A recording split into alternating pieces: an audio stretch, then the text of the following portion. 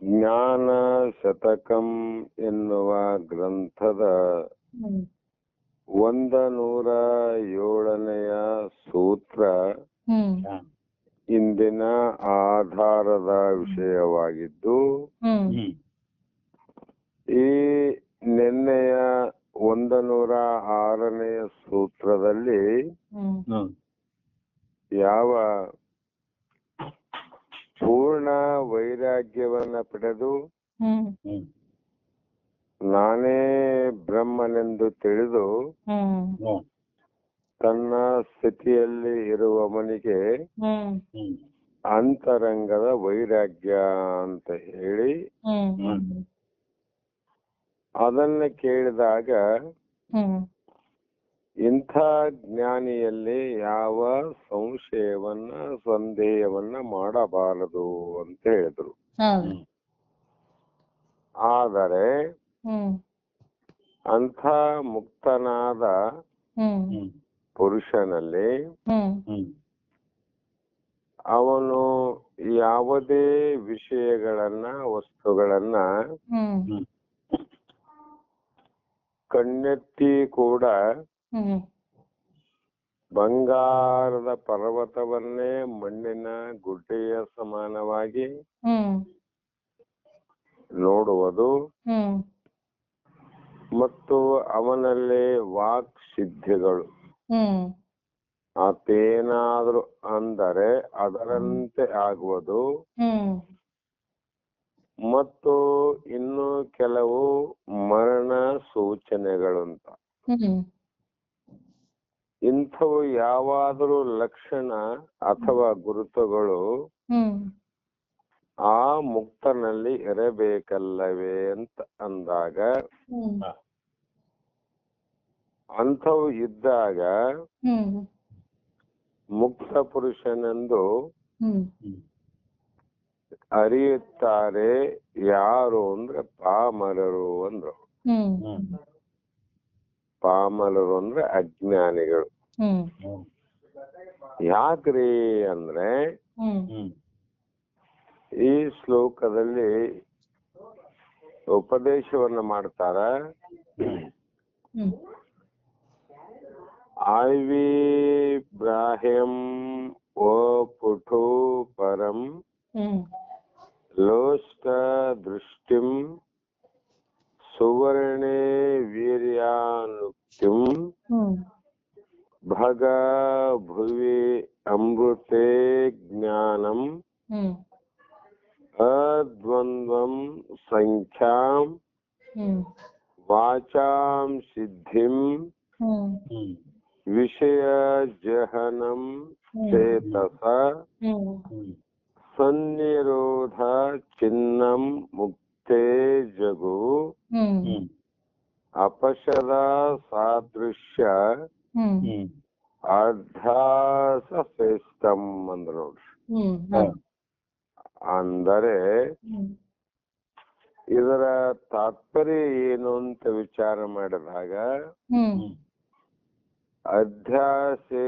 ಅಧ್ಯಾಸ ಶ್ರೇಷ್ಠಂ ಅಂದ್ರೆ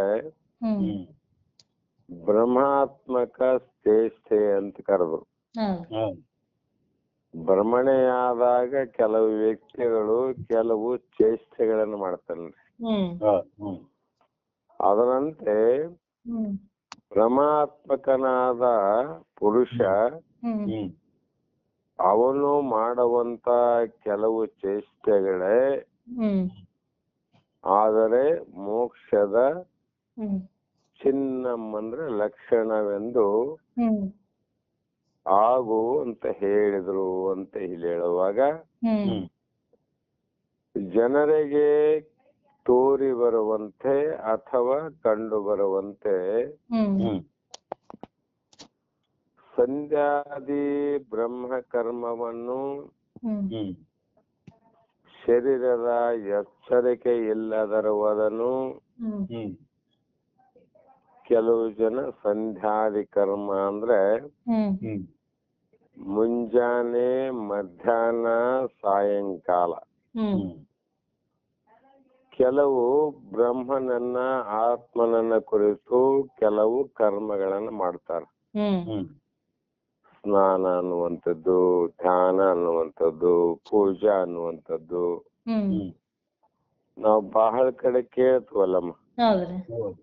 ಸ್ವಾಮಿಗಳು ಏನ್ ಮಾಡ್ತಾರಂದ್ರೆ, ಈಗ ಪೂಜೆ ಮಾಡಕ್ ಕುಂತಾರ, ಇಲ್ಲ ಧ್ಯಾನ ಮಾಡಕ್ ಕುಂತಾರ, ಇಲ್ಲ ಮೌನದಾಗ ಆರ ಅಂತ ಹೇಳುವುದನ್ನು ಇವೆಲ್ಲ ಜನರಿಗೆ ಕಾಣುವಂತ ಚಿಹ್ನೆಗಳು. ಮತ್ತೆ ಶರೀರದ ಎಚ್ಚರಿಕೆ ಇಲ್ಲದಿರುವುದನ್ನು, ಕೆಲವರಿಗೆ ತಮ್ಮ ಶರೀರದ ಮೇಲೆ ತಮಗೆ ಎಚ್ಚರನೇ ಇರೋದಿಲ್ಲ. ಮತ್ತ ಕೆಲವರಿಗೆ ವಿಷಯಾದಿಗಳಲ್ಲಿ ಬಂಗಾರದಲ್ಲಿ ಹೆಂಟೆಯ ಭಾವವನ್ನು, ಬಂಗಾರ ನೋಡಿದ್ರೆ ಅವರಿಗೆ ಮಣ್ಣಿನ ಭಾವನೆ ಆಗ್ತದೆ. ಬಂಗಾರದ ಭಾವ ಆಗೋದಲ್ಲ, ಅವರಿಗೆ ಬಂಗಾರ ಮಣ್ಣಿನ ಸಮಾನ ಅಂತ. ಇನ್ನು ಕೆಲವು ಪರಾಕ್ರಮವನ್ನು ಪ್ರಕಟಿಸಿದಿರುವುದನ್ನು, ಕೆಲವು ಜನರಲ್ಲಿ ಏನೇನು ಪರಾಕ್ರಮಗಳು ಇದ್ದರೂ ಕೂಡ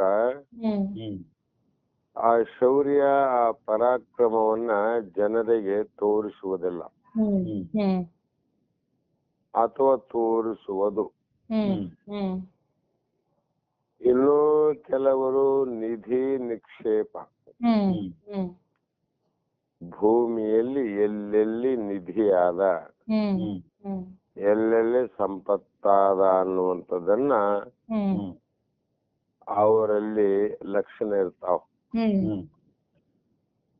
ಮತ್ತ ಇನ್ನೂ ಕೆಲವರಿಗೆ ಸಾವಿನ ಸಂಬಂಧ ಜ್ಞಾನವನ್ನು, ನಾನು ಇಂಥ ದಿವಸನೇ ದೇಹವನ್ನ ಬಿಡುತ್ತೀನಿ ಅಂತ ಹೇಳುವ ಜ್ಞಾನ ಇರ್ತದ, ಅರಿವು. ಮತ್ತ ಸುಖ ದುಃಖ ಅಲ್ಲದೆ ಜಯ ಅಪಜಯಾದಿ ದ್ವಂದ್ವ ಧರ್ಮಗಳ ಅಭಾವವನ್ನ, ಸುಖದ ಭಾವ ಇಲ್ಲ, ದುಃಖದ ಭಾವ ಇಲ್ಲ, ನಾನು ಗೆದ್ದೆ ಎನ್ನುವುದಿಲ್ಲ, ಸೋತೆ ಎನ್ನುವುದಿಲ್ಲ, ಇವ್ಯಾವ ದ್ವಂದ್ವ ಧರ್ಮಗಳ ಅಭಾವವನ್ನು ಇರೋದಿಲ್ಲ ಅಂತ ಕೆಲವರಲ್ಲಿ. ಇನ್ನೂ ಕೆಲವರು ನುಡಿದಂತೆ ಆಗುವ ವಾಕ್ ಸಿದ್ಧಿಯನ್ನು ಏನಂತಾರಂದ್ರೆ ಅದು ಸಿದ್ಧಿ ಆಗ್ಲೇಬೇಕು ಅಂತ. ಇನ್ನು ಕೆಲವು ಚಂದನಾದಿ ಭೋಗ್ಯ ವಸ್ತುಗಳ ತ್ಯಾಗವನ್ನು, ಯಾವ ಉತ್ತಮವಾದ ಭೋಗಗಳನ್ನ, ಭೋಗದಲ್ಲಿ ಕೆಲವರಿಗೆ ನೇಮ ಇರ್ತಾವ. ನೇಮ ಏನಂದ್ರೆ, ಒಬ್ಬೊಬ್ರು ಇವತ್ತ ಒಂದು ದಿನ ಊಟವನ್ನ ಮಾಡಿದ್ರೆ ಅದು ಅಮಾವಾಸ್ಯೆಯಿಂದ ಒಂದೊಂದು ತುತ್ತು ಹೆಚ್ಚಿಗೆ ಮಾಡ್ತಾ ಮಾಡ್ತಾ ಪೂರ್ಣ ಚಂದ್ರ ಹುಣ್ಣಿಮೆ ಬಂದ ದಿವ್ಸ ಹೊಟ್ಟೆ ತುಂಬಾ ಊಟ ಮಾಡ್ತಾರ. ಹುಣ್ಣಿಮೆ ನಂತರ ಸೂರ್ಯ ಕ್ಷೀಣ ಆಗ್ತಾ ಬಂದಂತೆ ಒಂದೊಂದು ತುತ್ತು ಅನ್ನವನ್ನ ಕಡಿಮೆ ಮಾಡ್ತಾ ಮಾಡ್ತಾ ಬಂದು ಅಮಾವಾಸ್ಯೆಯ ದಿನ ಪೂರ್ಣ ಉಪವಾಸವನ್ನ ಆಚರಣೆ ಮಾಡ್ತಾರೆ. ಇವು ಒಂದೊಂದು ಆಚರಣೆಯನ್ನು ನೋಡಿದಾಗ ಹೌದಪ್ಪ ಜ್ಞಾನಿಗಳು,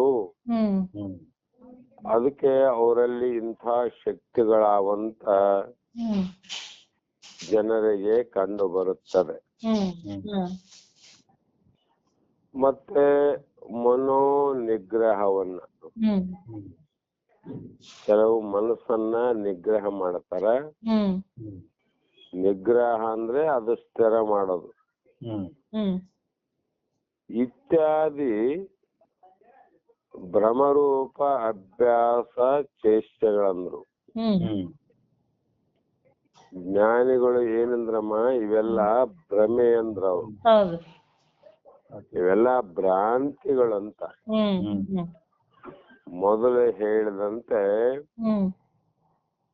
ಭ್ರಮೆ ಅಂದ್ರೆ ಹುಚ್ಚಿಡದವನಿಗೆ, ಬುದ್ಧಿ ಭ್ರಮಣೆಯಾದವನಿಗೆ ನಾನಾ ತರ ಕಾರ್ಯವನ್ನು ಮಾಡ್ತಾನಮ್ಮ. ಒಂದೊಂದು ಸಲ ಮೂರು ಸಲ ಸ್ನಾನ ಮಾಡ್ತಾನ, ಒಂದೊಂದು ಸಲ ಸ್ನಾನವೇ ಮಾಡೋದಿಲ್ಲ. ಒಂದೊಂದು ಸಲ ಶರೀರದ ಮೇಲೆ ಎಚ್ಚರ ಇಟ್ಕೊಂಡಿರ್ತಾನ, ಒಂದೊಂದು ಸಲ ಎಚ್ಚರವೇ ಇರೋದಿಲ್ಲ. ಆ ಬುದ್ಧಿ ಭ್ರಮಣೆಯಾದಂತವನಿಗೆ ಬಹಳ ಬೆಲೆಯುಳ್ಳಂತ ಬಂಗಾರವನ್ನ ಕಂಡರೂ ಕೂಡ ಆ ಬಂಗಾರವನ್ನ ಮಣ್ಣು ಅಂತ ತಿಳ್ಕೊಂಡು ಕೈಯಲ್ಲಿ ಹಿಡಿದುಕೊಂಡು ಎಲ್ಲೋ ದೂರ ಎಸೆಯುವ ಪ್ರಯತ್ನ ಮಾಡ್ತಾನೆ. ಯಾಕಂದ್ರೆ ಅವನಿಗೆ ಆ ಭ್ರಮೆ ಆಗ್ಯದಂತ.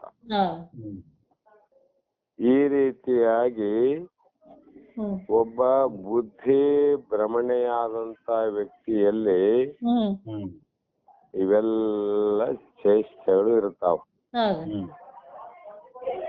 ಅದರಂತೆ ಪೂರ್ಣ ಜ್ಞಾನಿಯನ್ನ ನೋಡೋದು ಬಿಟ್ಟು ಇವೆಲ್ಲವೂ ಏನಾದ್ರೂ ಇರಬಹುದು ಲಕ್ಷಣ ಅಂತಂದ್ರೆ ಇವೆಲ್ಲ ಬ್ರಹ್ಮನ ಲಕ್ಷಣವಲ್ಲ, ಭ್ರಮೆಯ ಲಕ್ಷಣ ಅಂದ್ರ.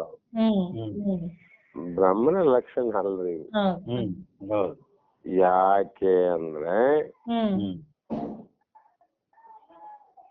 ಇವು ಪಾಮರರ ದೃಷ್ಟಿಯಲ್ಲಿ ಮೋಕ್ಷದ ಚಿಹ್ನೆಗಳೆಂದು. ಏನನ್ನ ತಿಳಿಯದ, ಶಾಸ್ತ್ರವನ್ನ ಕೇಳದ, ವಿವೇಕವ ವಿಚಾರವನ್ನ ಮಾಡಲಾರದ, ಗುರು ಶಾಸ್ತ್ರಾದಿಗಳಿಗೆ ಶರಣು ಹೋಗದಂತ ಅಜ್ಞಾನಿಗಳಿಗೆ ಈ ಚಿಹ್ನೆಗಳೇ ಜ್ಞಾನಿಗಳ ಚಿಹ್ನೆ ಅಂತ ಅನಿಸ್ತದ. ಆದರೆ ವಿಚಾರವಂತರಿಗೆ ಇವು ಮೋಕ್ಷ ಲಕ್ಷಣ ಅಲ್ಲ ಅಂತ ಈಗ ಹೇಳಕ್ ಪ್ರಾರಂಭ ಮಾಡ್ತಾರ ಅವ್ರು. ಯಾವಾಗ ಶ್ರುತಿ ಗುರು ಪಥವನ್ನರಿಯದ ಪಾಮರ ಜನರು ಅಂದ್ರು. ಪಾಮರ ಜನರು ಅಂತ ಯಾರಿಗೆ ಹೇಳಬೇಕಂದ್ರೆ ಆ ಕರ್ಮ ಕಾಂಡದಲ್ಲಿ ಬಿದ್ದು ಒದ್ದಾಡುವಂತವರೆಲ್ಲರೂ ಪಾಮರರೇ. ಅವರಿಗೆ ನಿಜವಾಗಿ ಶ್ರುತಿ ಗುರು ಪಥವನ್ನರಿಯದ. ಶ್ರುತಿ ಗುರು ಬೇರೆ, ಗುರುಗಳು ಬೇರೆ. ಈ ಸಾಮಾನ್ಯವಾಗಿರ್ತಕ್ಕಂಥವರು ಗುರುಗಳು ವಿಶೇಷವಾದ ಶ್ರೋತ್ರಿಯ ಬ್ರಹ್ಮನಿಷ್ಠ ಇರುವಂತವನು ಶ್ರುತಿ ಗುರುಗಳು. ಅಂದ್ರೆ ವೇದಾಂತವನ್ನ ಮತ್ತು ಸಿದ್ಧಾಂತವನ್ನ ಮತ್ತು ವೇದದ ಉಪಾಸನವನ್ನ, ವೇದದ ಕರ್ಮಕಾಂಡವನ್ನ ಮತ್ತು ಪುರಾಣದ ಸಾರಗಳನ್ನ ಮತ್ತು ಮಹಾಭಾರತ ರಾಮಾಯಣ ಅನ್ನುವಂತ ಇತಿಹಾಸವನ್ನ ಮತ್ತು ಚಾಣಕ್ಯ ನೀತಿ, ವಿದುರ ನೀತಿ ಅನ್ನುವಂತ ನೀತಿ ಶಾಸ್ತ್ರಗಳ ತಾತ್ಪರ್ಯವನ್ನ ತಿಳಿದುಕೊಂಡಂತ ಅನುಭವಿ ಆಗಿರ್ಬೇಕು ಮತ್ತು ತಾನು ಬ್ರಹ್ಮನಿಷ್ಠನಾಗಿರ್ಬೇಕು. ಎಲ್ಲಾ ಪುರಾಣಗಳು ಕಂಠಪಾಠ ಇರ್ಬೇಕಂತ ಅರ್ಥ ಅಲ್ಲ. ಎಲ್ಲಾ ಕರ್ಮಗಳ ಬಗ್ಗೆ ಅರಿವಿರ್ಬೇಕಂತ ಅರ್ಥ ಅಲ್ಲ. ಎಲ್ಲಾ ಭಕ್ತಿಯ ಬಗ್ಗೆ ತಿಳ್ಕೊಂಡಿರ್ಬೇಕು ಅಂತ ನೇಮಿಲ್ಲ. ಹ್ಮ್ ಅವುಗಳ ತಾತ್ಪರ್ಯವನ್ನ ತಿಳ್ಕೊಂಡಿರ್ಬೇಕಂತ. ಹೌದು. ಹ್ಮ್ ಹ್ಮ್ ಪುರಾಣದ ತಾತ್ಪರ್ಯ ಏನಾದಂದ್ರೆ ಅದು ಬರೀ ರೋಚಕ ವಾಕ್ಯಗಳಂತ, ಹ್ಮ್ ಹ್ಮ್ ಹ್ಮ್ ರುಚಿಯನ್ನ ಹುಟ್ಟಿಸುವುದು. ಹ್ಮ್ ಹ್ಮ್ ಈಗ ಶ್ರುತಿ ಗುರುಗಳನ್ನ ಹ್ಮ್ ಹ್ಮ್ ಶರಣು ಹೋಗಬೇಕಾಗಿತ್ತು, ಹ್ಮ್ ಹ್ಮ್ ಆ ಗುರು ಮಾರ್ಗವನ್ನ ಕಾಣಬೇಕಾಗಿತ್ತಂದ್ರೆ ಹ್ಮ್ ಹ್ಮ್ ಪಾಪಿಗಳಿಗೆ ಇದರಿಂದ ಸಾಧ್ಯ ಇಲ್ಲಮ್ಮ. ಹೌದು. ಹ್ಮ್ ಅವರೆಲ್ಲರೂ ಪಾಮರರು. ಹ್ಮ್ ಹ್ಮ್ ಹ್ಮ್ ಅಂಥವರಿಗೆ ಶ್ರುತಿ ಗುರುಗಳ ಪಥ ಅನ್ನುವಂಥದ್ದು ಹ್ಮ್ ಹ್ಮ್ ಲಭಿಸುವುದಿಲ್ಲ, ಪ್ರಾಪ್ತಿ ಆಗೋದಿಲ್ಲ. ಹ್ಮ್ ಹ್ಮ್ ಅಂಥವ್ರಿಗೆ ಏನು ಮಾಡಬೇಕು ಅಂದ್ರೆ ಹ್ಮ್ ಕರ್ಮಕಾಂಡವನ್ನೇ ಬೋಧಿಸಿ ಹ್ಮ್ ಹ್ಮ್ ಕರ್ಮಗಳನ್ನ ಮಾಡಲಿಕ್ಕೆ ಹಚ್ಚಬೇಕಾಗದೆ ವಿನಃ ಹ್ಮ್ ಹ್ಮ್ ಅವರು ಜ್ಞಾನಕ್ಕೆ ಅಧಿಕಾರಿಗಳಲ್ಲ. ಹ್ಮ್ ಹೌದು.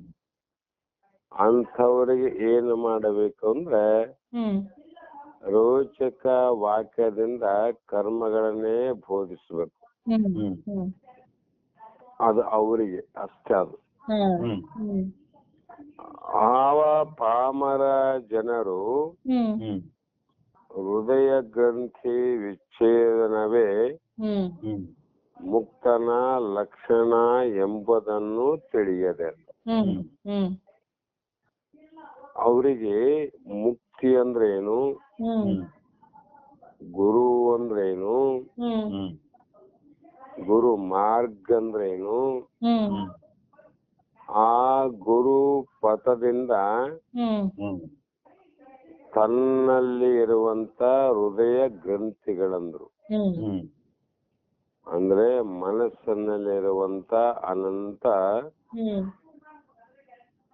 ಪಾಪಗಳು ಹ್ಮ್ ಹ್ಮ್ ಮತ್ತು ಸಂಶಯಗಳು. ಹೌದು. ಹ್ಮ್ ಸಂಶಯಗಳೇ ಹೃದಯದಲ್ಲಿರುವಂತ ಗಂಟು.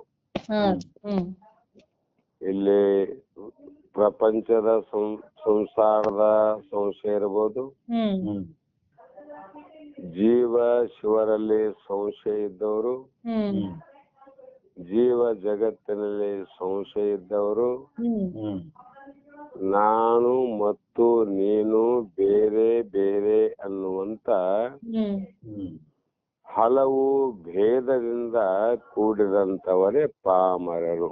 ಹೌದು. ಹ್ಮ್ ಅವು ಎಲ್ಲಿ ಗಂಟು ಬಿದ್ದವಂದ್ರೆ ಹ್ಮ್ ಮನಸ್ಸಿನಲ್ಲಿ ಗಂಟು ಬಿದ್ದವು. ಹೌದು. ಹ್ಮ್ ಹ್ಮ್ ಮನಸ್ಸಿನ ಒಳಗೆ ಒಂದು ಗಂಟು. ಹ್ಮ್ ಹ್ಮ್ ಆ ಗ್ರಂಥಿ ಹ್ಮ್ ವಿಚ್ಛೇದನ ಅಂದ್ರು. ಛೇದನ ಅಂದ್ರೆ ಗಂಟ ಬಿಚ್ಚಬೇಕಂತ.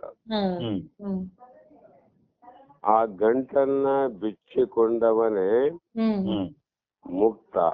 ಹ್ಮ್ ಆ ಮುಕ್ತನ ಲಕ್ಷಣ ಎಂಬುದನ್ನು ಅರಿಯದೆ ಹ್ಮ್ ಹ್ಮ್ ಹ್ಮ್ ಅಂದ್ರೆ ಆ ಗಂಟಿಗೆ ಏನ್ ಹೇಳಿದ್ರಮ್ಮ ಅಂದ್ರೆ ಹ್ಮ್ ಹ್ಮ್ ಅದಕ್ಕ ಪ್ರಮಾಣ ಹ್ಮ್ ಬಿದ್ಧತೆ ಹೃದಯ ಗ್ರಂಥಿ ಹ್ಮ್ ಹ್ಮ್ ಸಿದ್ಧತೆ ಸರ್ವ ಸಂಶಯ ಹ್ಮ್ ಹ್ಮ್ ಕ್ಷೀಯಂತೆ ಸ್ವಾಶ್ಯ ಕರ್ಮಾಣಿ ತಸ್ಮಿನ್ ದೃಷ್ಟೇ ಪರಾವರೆ ಅಂದ್ರು. ಹ್ಮ್ ಹ್ಮ್ ಹ್ಮ್ ಅಂದ್ರೆ ವೇದದ ಅರ್ಥವನ್ನ ಹ್ಮ್ ಶ್ರುತಿ ಪ್ರಮಾಣವನ್ನ ಹೇಳ್ತಾರೆ. ಹ್ಮ್ ಹ್ಮ್ ಹ್ಮ್ ಇಲ್ಲಿ ಹ್ಮ್ ಬ್ರಹ್ಮವೇ ನೀನು ಇದ್ದೀಯ.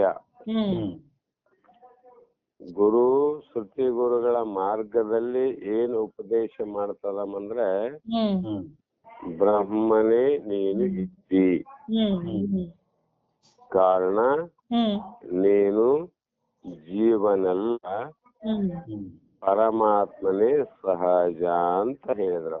ಹೌದು. ಹ್ಮ್ ಅಂದ್ರೆ ಯಾವುದಕ್ಕೆ ಹೇಳಿದ್ರು ಬ್ರಹ್ಮ ನೀನಿದ್ದಿ ಅಂದ್ರೆ ಹ್ಮ್ ಹ್ಮ್ ದೇಹ ಬ್ರಹ್ಮನೇನಲ್ಲ, ಹ್ಮ್ ಹ್ಮ್ ಇಂದ್ರಿಯಾದಿಗಳು ಬ್ರಹ್ಮ ಅಲ್ಲ.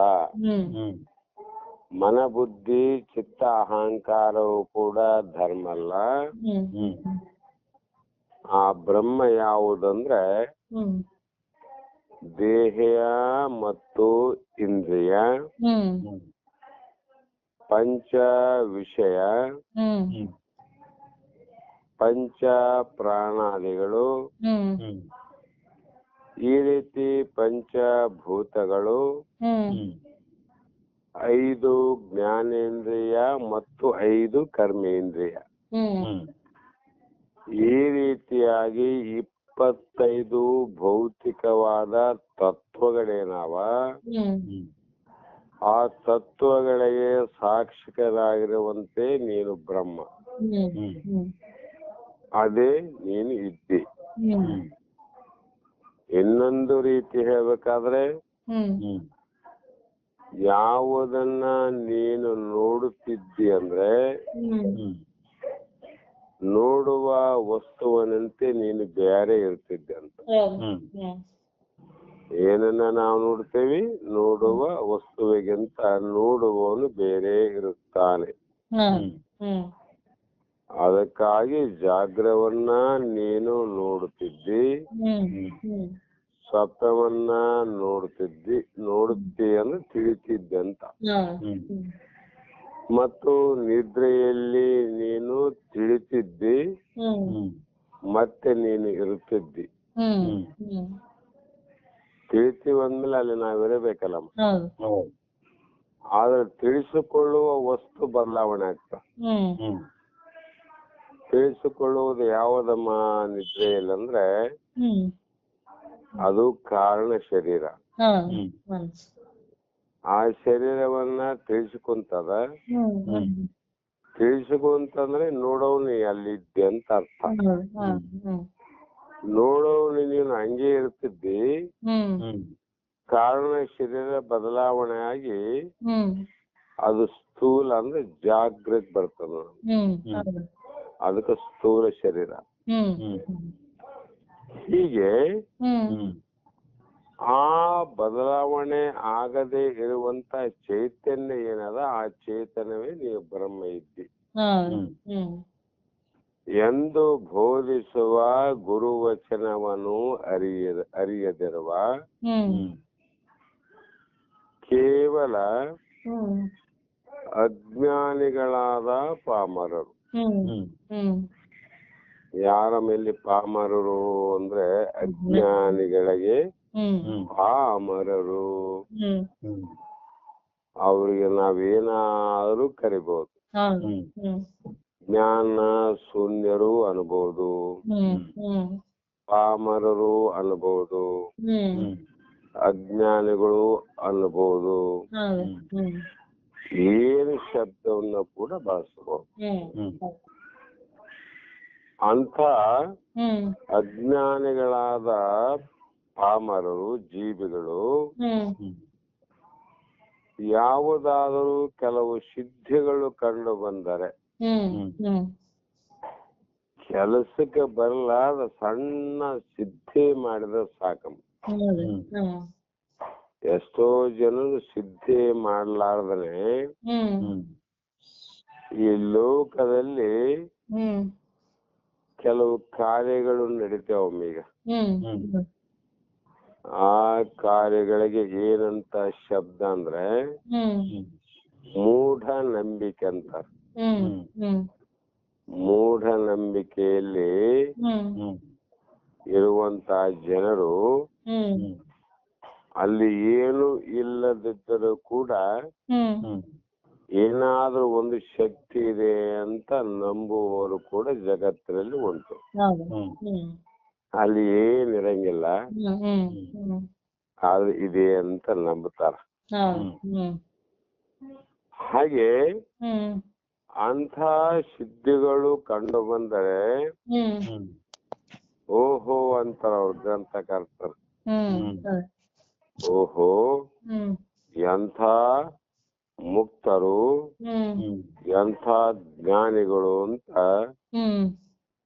ಆ ಜನ ತಿಳಿದುಕೊಂಡು ಇವರೇ ಮಹಾತ್ಮರು ಅಂತ ಮಂದಿ ಹೇಳಕ್ ಶುರು ಮಾಡ್ತಾರೆ. ಹ್ಮ್ ಹ್ಮ್ ತಾವಷ್ಟೇ ತಿಳ್ಕೊಂಡದಲ್ಲ, ಹ್ಮ್ ಹ್ಮ್ ಮತ್ತೆ ಇದೆಲ್ಲರಿಗೂ ತಿಳಿಸಿ ಹೇಳಲಿಕ್ಕೆ ಪ್ರಾರಂಭ ಮಾಡ್ತಾರೆ.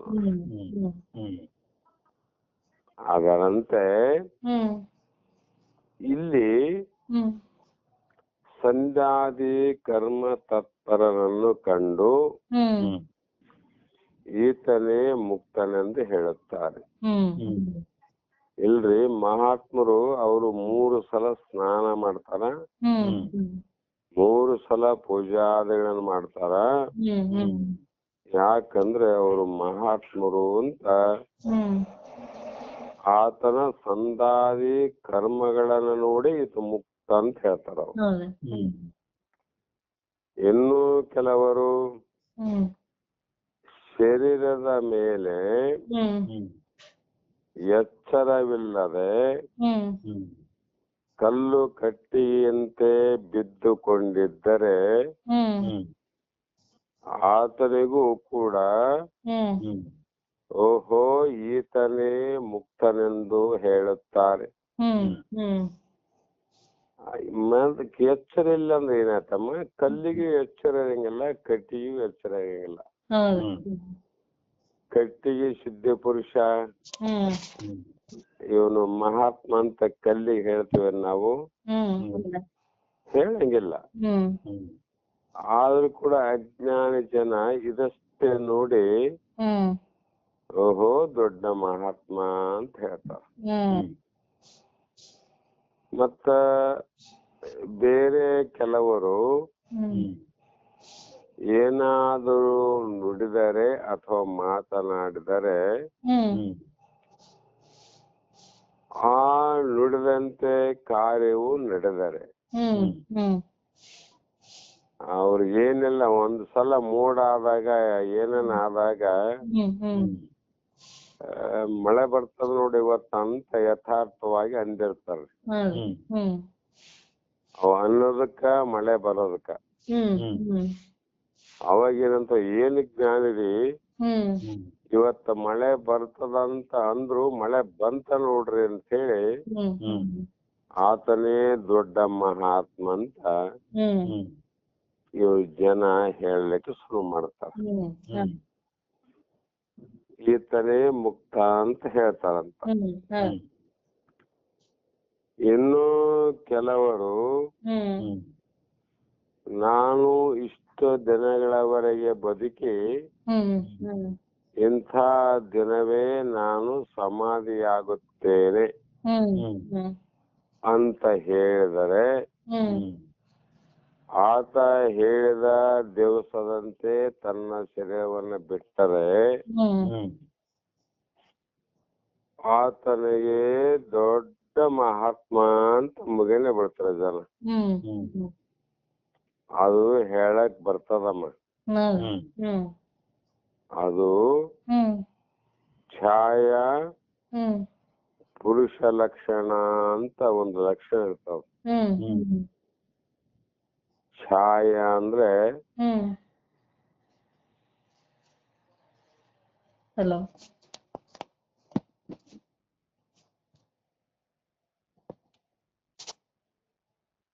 ಹಲೋ